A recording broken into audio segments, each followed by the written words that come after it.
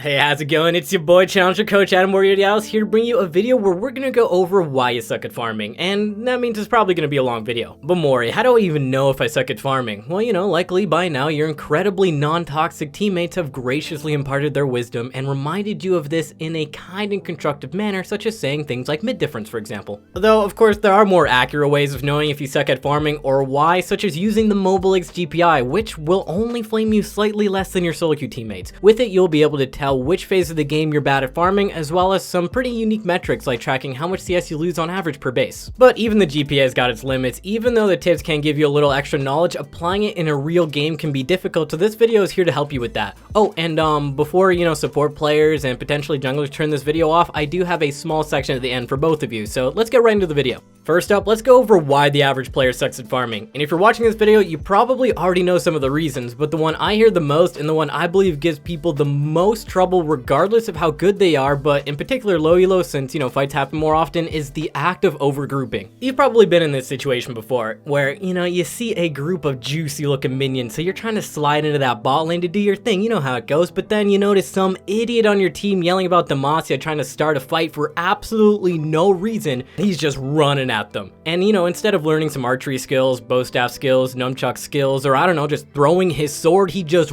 keeps running at the opponent. The fight hasn't started yet because he's still got to run a little bit, but he's looking to start that fight and you notice. Now you're stuck with this decision, all right? You got to help your bro out, or you can go for the minions. Which one should you choose at this point? Well, regardless of what you actually answered, most people get PTSD from it and will commonly just default to grouping and helping out their bro out of pure fear of having that guy yell at them if they were split pushing and something went wrong. The ever so popular line, I wanted to farm, but my team was always fighting, so I just couldn't, and something I hear all the time as a coach. Not knowing when to group or side lane, or which side lane to even go pick up farm is the key issue at hand here. Next up, the most common issue is side wave control. Even if a person knows when to go to a side lane, and often it's kind of difficult to know how quickly you need to push it out, when you need to freeze, or how far you should push out the lane, and doing any of these things wrong can leave you with nothing to farm in 1 to 2 minutes down the road. I'll give you an example. Ever had a Morgana support, a Brand support, Master Yi jungle, Graves jungle just randomly half push your lane only if you do not have anything to farm for the next 3 minutes while you wait for it to bounce back, but you're like 200 gold away from death cap, i.e. your death stance, and so you just look at the jungle monsters and your jungler just pings you not to touch their camps? I know I have, and so I made this video in parts that this might happen a little bit less. And lastly, one of the best ways for laners or junglers alike to power up in the mid game is knowing when and where and which neutral monsters to farm. By now, I've roughly been a league coach for around 6 years and doing stream profile reviews off and on for around 3. And one of the things I stress the most is how important farming is, as being good at it can make up for being bad at the rest of the game. Here's an example, a Vayne main going up against a Garen in a 1v1. Happens all the time. On even items, the Garen can't really win, he just gets kited out and DPS down. If the Vayne has 3 core items and the Garen has 1 item, the Vayne can just A-click the ground in front of her, stand still, notice they were kind of hungry, walked over to the kitchen, made some goddamn lasagna, realized they don't know how to make lasagna, watched 45 minutes of YouTube cooking videos, realized they don't have the ingredients to get lasagna, walked over to the store, bought the ingredients, walked back home, made the lasagna, ate it, then they walked over to the TL Alienware facility, gave the leftovers to Broxa as a tribute to the jungle gods and hope they will receive more ganks, walked home, and the Garen still wouldn't have figured out a way to beat her with those item differences. Now, for the last example, if Garen has 6 items and the Vayne is Uzi Eye with a Dorn's Blade, Garen is gonna win. Okay,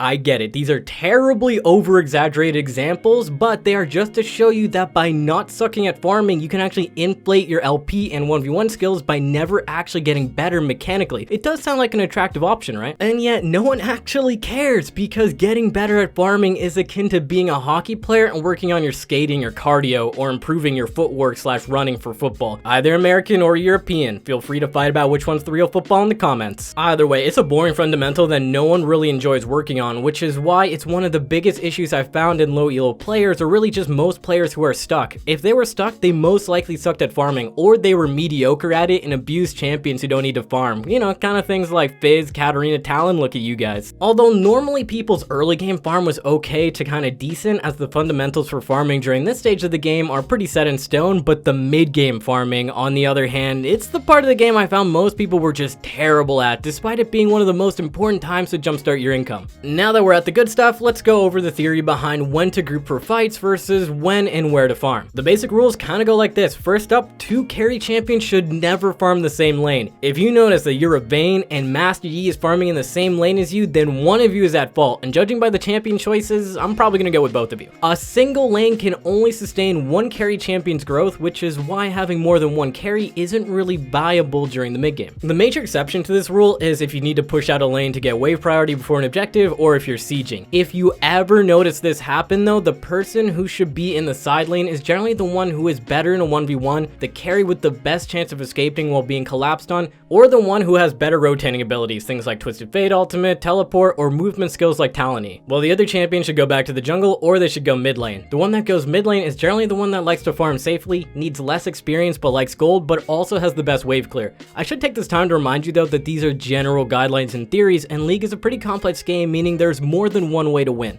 The reason I want to bring this up is League is played by human beings, alright, who have emotions and are capable of making mistakes, so having correct theory is nice, but being able to apply it to a real game is the most important part. I'll give you an example. The best move theoretically could be to place Twisted Fate bot lane to pick up side lane farm and then have him ult to mid lane if a fight happens, but then Vayne goes to his side lane so that she could get her second item faster while TF holds mid lane due to his wave clear. Both options seem pretty good at first. This game though, both go bot lane and start arguing and trying to take each other's farm. Twisted Fate, being the manly mage, he one-shots the wave with his spells and the poor AD carry doesn't have anything to farm. Gets mad and troll split pushes for the rest of the game. Does this sound familiar at all? It should. Out of curiosity, in theory, which one of them would be correct in going to bot lane? Funny enough, in most cases, it barely matters in the outcome of the game as long as both of them are getting a full lane's worth of farm, as there are multiple winning moves from either position. It's very similar to chess in a sense. There can be more than one way to get a checkmate from different board states. Sure, one might be faster, but it's still a win at the end of the day, right? So I wanted to bring up this game example to showcase that sometimes even if it's slightly suboptimal lane allocations, you can bite the bullet and go to the slightly worse lane just to make sure that you're actually not shank farm and picking up the most amount of CS you can. Now, I'm not going to ignore that there are some cases where it's just completely dumb and it does matter to the outcome of the game, where like Jinx goes to the side lane versus the enemy Zed, for example, and she has no flash and no heal, and then she's definitely going to die. In this particular case, to avoid that outcome, you're going to have to show intent on going to bot lane. You need to physically walk to bot lane to make sure she's not going to feed, and then you need to ping on the way to make sure she knows that you're the one going bot. This is a way of just showing dominance. But Adam, what if they don't listen to the pings? What if Jinx goes bot lane anyways to die to Zed? Well, in this particular case, since she's dead, you can just pick up the mid farm and the bot farm. It's not actually that bad. Next up, let's go over when to group versus farming a side lane. The basic theory goes like this. If your team is going to win the fight without you, you don't need to show up and you can just keep farming. If you're going to win the fight, but only if you show up, then of course you're going to show up over farming. If you are uncertain if you win the fight, then you should probably still go for farm if it's more consistent. There are exceptions to this. If the fight is over an objective or shutdown money, then you're probably going to want to value going to the fight a little bit higher. There are also things that can deter this priority. For example, if you're close to an item completion, you don't have resources up, like you're low on HP, low on mana, no ultimate, no flash, stuff like that can make it less attractive. Last up, if you're 100% certain you don't win the fight and you can't get the objective, then you're probably just going to farm instead. Unless it's over a game-ending objective like Baron, Soul, Elder, and then you're kind of forced to dice roll a fight. This is true unless you're a late game 1v9 champion who can get close to a certain level or item power spike and you believe you can survive post the Baron. For example, if you're a Kassadin player, personally I've won several games by just giving up an inhibitor or two and just grabbing side lane farm to hit 16. It doesn't really matter we lost a major objective because my win condition is stronger than theirs. Okay, so these are the overarching theories behind farming mid-game over grouping that many of you actually probably are aware of. The difficult part, of course, is applying it, which requires a lot of experience. For example, what if in rule number 3, your team thinks they win the fight because they found an okay engage angle, but you wanted to go for the safer, more consistent option of farming for your second item. You then decide to push out the side lane and your team loses the fight and then blames you for not showing up. This probably also sounds a little bit familiar, right? Well, let me teach you how to analyze the situation properly first to make sure you get the most accurate data on what is the correct play. First up, you're never going to want to hesitate on whether you're going to join the fight or continue to farm. The act of hesitation can cause you to lose out even if it was the right choice, so decide instantly if you're joining the fight or farming and do not look back. After the play is over, you're going to tally up what was gained or lost in terms of gold and objectives. If your team went even in kills but you got 4 waves, a tower, and a gromp, then it's almost like you won that fight by 2 kills, because at the end of the day, fights that aren't over objectives is just another way of farming for gold. By not showing up, you're just trading gold for gold. Keeping that same train of thought, let's say your team loses the fight and you knew the fight wasn't going to go well and you couldn't really contribute much because you didn't have your ultimate, something like that, and you only lost the fight by 1 person, but you got 300 gold worth of minions. Not only does that make the situation pretty even, but it's not even a guarantee that if you had showed up to the fight, you would have done enough to get a kill anyways, right? But at the end of the day, despite people knowing all this stuff,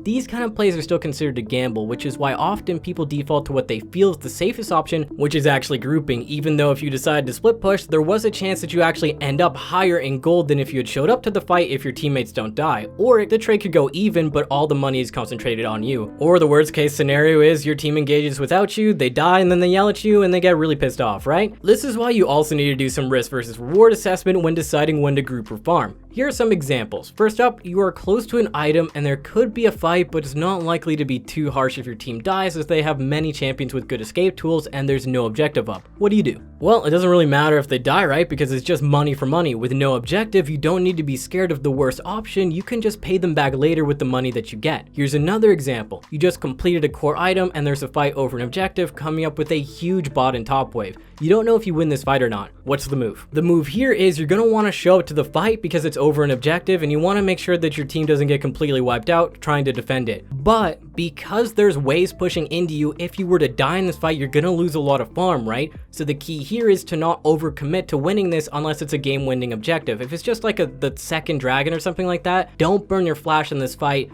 Don't overcommit to dying. You want to stay alive in this particular fight so you can pick up the farm afterwards. The reason why this is so important is, well, if your teammates decided to overcommit to this, you can actually steal their farm because they're dead. So the excuse that fights are always happening so you can't farm anything isn't actually valid in the mid game, because as long as you survive the fights, not only are you going to pick up that juicy side lane farm, because your teammates are dead, you can start taking the jungle and another side lane's worth of farm because no one else is alive to take it. I'm once again going to remind you this is all theory and that the people on your team are probably not going to take kindly to being used as pawns for you to sacrifice for your own glory and money. To minimize the amount of morale damage you can cause in some of these situations, make sure you ping your actions in advance that you're going to split push, for example, or that you're close to an item, and make sure to ping your team back if they posture for a fight. If you're split pushing, you're probably not really dealing with anything that's an immediate threat, so you should be watching the minimap more and shot calling your team with pings and let them know that, yeah, it's going to be a bad fight. But Adam, what if they don't listen to my pings? You know what? It's actually fine, because at least you warned them, and this can cover you and negate a little bit of frustration and tilt. But also, it's not about making your team always listen to your pings. It's that if pinging can make them not tilt or not fight even a small amount of times, it's worth it because there's not a lot of extra effort on your end. You're just lazy if you don't do it. Remember, different people will have different ways to win a game, and both can be correct, so there will always be arguments about it in a game. Okay, I'm gonna be honest here, side wave control is extremely complicated and has so many nuances that I could ramble on for like 5 hours and I still wouldn't be even close to being done, so pretending like I can explain it in a subsection in this kind of video is a complete joke. Plus, Fi would never let me make a 5-hour video. But what I will do is explain a small part of it which will cause you to lose less farm during the mid game. First up, the basic rules go like this. Make sure you fully push out the wave so that they hit tower whenever possible so that it bounces back. And the second one, before objectives fights, get wave priority by pushing out your lane. These two are the two major concepts you want to work on to increase your farm during the mid game in terms of side lane wave control. There is a third one which is freezing the wave mid game, but there's just this guy that, you know, the last Leandri salesman roaming around from city to city at the moment, who's just preaching the concept of freezing in the mid game. He can explain it better than I can. And once again, I don't want to spend this whole video on it, but yes, freezing during the mid game can also help your farm, and on a basic level, it can be done when no objectives are up and you want to reach your next item. For the other concepts though, in example number 1, you want to push the wave into tower to make sure you don't deny yourself farm by accidentally slow pushing, causing all the preceding minions to die. You want to bounce it back to you. But Mori, if I'm in a side lane and I can't push the lane out because I'm scared of dying, what do I do? That's a great point, Adam. In this situation, it actually happens pretty often. In this particular case, you're going to want to let your wave stack up a bit while it's still on your side of the map and clear it all at once as quickly as possible once the next wave collides after going out as far as you can in the hopes that this super wave will hit tower and bounce back to you so you can farm it again later. You won't always be able to fully push out a side lane, it's just about making sure that you do it as best as you can to maximize the farm that you can get while being safe. The second example is about getting wave priority during objective contests, as it will allow you to not miss farm before, during, and after the fight, and in this particular case, it's applied to both side lanes as well as the mid lane. Let's break down a scenario here. Dragon is spawning in 45 seconds and you are X carry champion. What's the play here? Well, if you identified the correct play as hitting the FF button, congrats, you're likely a streamer. I'm kidding.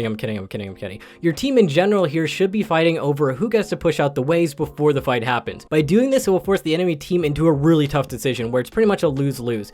They will either have to catch the wave and stay even on farm, or give up the farm and maintain position on Dragon and fight for vision control. Either way, the team that got wave priority got a huge advantage before the fight starts, because the enemy team is either forced to likely lose the upcoming fight due to poor vision control and positioning, or they're going to lose out on all that juicy farm. And what's worse is, if they happen to pick the fight at Dragon while ditching the farm, the minions are going to bounce back to you so you can pick up that farm after the fight. It's going to give you a huge boost in mid-game income.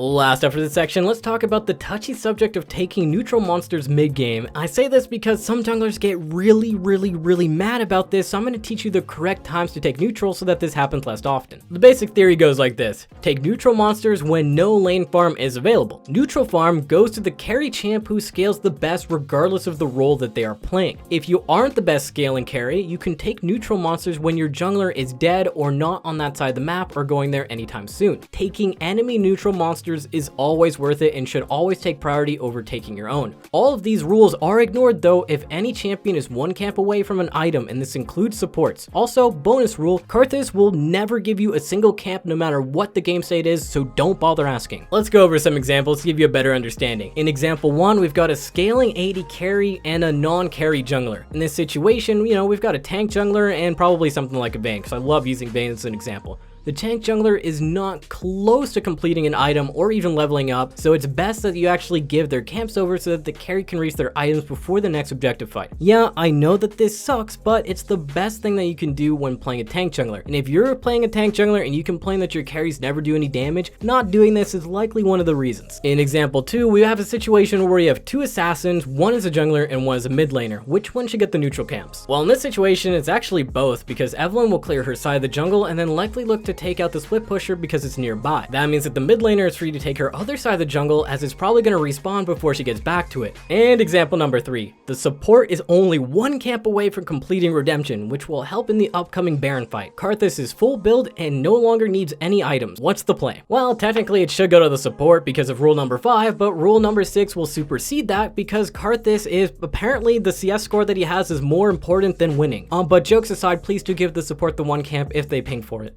But Mori, I followed these guidelines and they worked out pretty great for a bit, but then this one time I was split pushing and my team yelled at me for not grouping and someone went AFK. You owe me back some LP. Alright, listen up here. The reality, climbing in League is about making the most consistent choices over the course of a bunch of games and being confident about that choice. For example, if I'm Kassadin and I have the option to join a fight at level 15 or sack an inhibitor and hit level 16 off that side lane farm, I'm gonna sack that inhibitor every single damn game, and if I do this over the course of 50 games, I'd wager roughly 40 out of 50 times this is gonna probably lead to a positive result. 8 out of those 50 times my team will get mad at me for doing it and yell at me, but I'll hit 16 and win anyways because I'm Kassadin. And then 2 out of those 50 times my team will get so mad, self-destruct, and fight the inhibitor and then die, and I'll lose the next. The point here is that I shouldn't be afraid of those 2 times my team imploded. I should continue to make the proper decision. But Mori, that ratio kind of seems off. My team rages and self-destructs way more than that, and I just lose way more because of it. Well, this is where the don't be dense part comes in, because if your decision is causing your team to get mad that often and the positive effects of your play do not outweigh the negative effects on morale you create, can you really consider your decision making the correct play anymore? Think about it.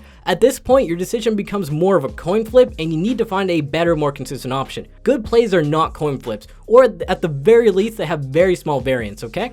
I did promise a small section at the end for support and jungle, so here it is. Supports. You don't actually farm, but you still need to help people farm. Rule number 1, you do not randomly catch sideways or half push lanes. I'm looking at you, Morgana Brand and Zyra players. Cut this out, you're doing more harm than good by potentially getting like half the minions and then causing the lane to push away from your carries so that they have nothing to farm for 2 minutes. Rule number 2, since you should know by watching this video, when your carries are looking to go to the side lane, you should look to place wards for them so that they can farm in the side lane safety. You don't actually have to physically be there to protect them, just toss them 1, max 2 wards, then go group with your team. This means that you can actually impact 2 lanes at once. As for you junglers, listen up, I just finished telling those noob laners about side wave control, so now you can just take advantage of them. If you see an enemy carrying the side lane, remember that they will likely attempt to crash the wave into tower by either stacking the wave up or fully pushing it in. This means it's a great time to look to set up a pick on them, because even if it fails, it will deny the enemy team a lot of farm, allowing your laners to catch that juicy side wave, or if your laners aren't there and you're a carry champion, you can just pick it up yourself as a nice juicy reward for your intelligent play. So the second you see them appear in a side lane, you can start looking to see if it's a good idea to set up a pick on them. As is tradition, here's a much needed TLDR as I throw a bunch of info at you while having a bunch of rambling in between. So here we go. The average player sucks at farming because of overgrouping, which is caused by the fear of either dying in a side lane or having their team start a random fight without them and then getting mad over it. They also suck at it due to improper side wave control, as well as not knowing when to take neutral monsters. Specifically though, the area of the game which most players suck at is mid-game farming, as it's the stage of the game that has less structure, but it's also one of the most important stages of the game to power up in gold, as this is where solo queue is mostly decided. The theory on when to group versus farm. 2 carry champions should never farm the same lane. If your team is going to win the fight without you, you can actually decide not to show up and farm if you feel like you're not actually going to get any kills. If you're going to win the fight, but only if you show up, then of course you're going to have to show up instead of getting farm. If you're uncertain if you win the fight, you should probably go for the farm because it's more consistent. There are exceptions to this though. If the fight is over an objective or there's shutdown money, then going to the fight becomes more viable. There's also, if you don't win the fight, you're probably going to want to farm. Don't show up unless it's over a game deciding objective like Baron, Elder, Soul, any of those things. Though sometimes you are forced to show up, in which case you never commit to the fight to the point where you are at risk of dying so that you can pick up farm after the fight is over. In terms of side wave control, the theory goes like this. Make sure to fully push out waves that they hit tower whenever possible. Before objective fights, get wave priority by pushing out your lane. There is more to this topic, well, especially when it comes to freezing during the mid game, but without the ability to go in depth in this whole subject, it would end up being misleading, so I just didn't bother to cover it. In terms of neutral monsters, the basic theory goes like this. You're gonna take neutral monsters when there's no lane farm available. Neutral monsters go to the carry champion who scales the best regardless of the role they are. If you aren't the best scaling carry, you can take neutral monsters when your jungler is dead or is not on that side of the map or going there anytime soon. Taking enemy neutral monsters is always worth it and always advisable over taking your own. All these rules are ignored if any champion is 1 camp away from an item, including supports. Also, Karthus or Graves will never give you a camp no matter what the game state is, so don't even bother. Then you're going to want to be confident in your macro choices, but don't be dense about it. If you believe you're correct but the outcome is still a coin flip after a lot of games of doing it, then don't be surprised to learn that your decision likely isn't actually that good. Supports. Do not farm mid-game. Try not to ruin your carry's waves by randomly shoving them. You do more harm than good. Also, try to protect side laners with vision if you are not going to be around yourself. Junglers, look to set up picks on side laners when they are trying to bounce waves. That's all I got though, so thank you for watching this video. And honestly, this is my first time making this kind of video and content, so I'd really appreciate some feedback on not only did you like it or found it useful, but also how I can improve the formatting and if it was easy enough to follow. As always, go check out our other content on this channel as well as at mobalytics.gg. I'm Moriarty, and may the new and old solo queue gods be with you.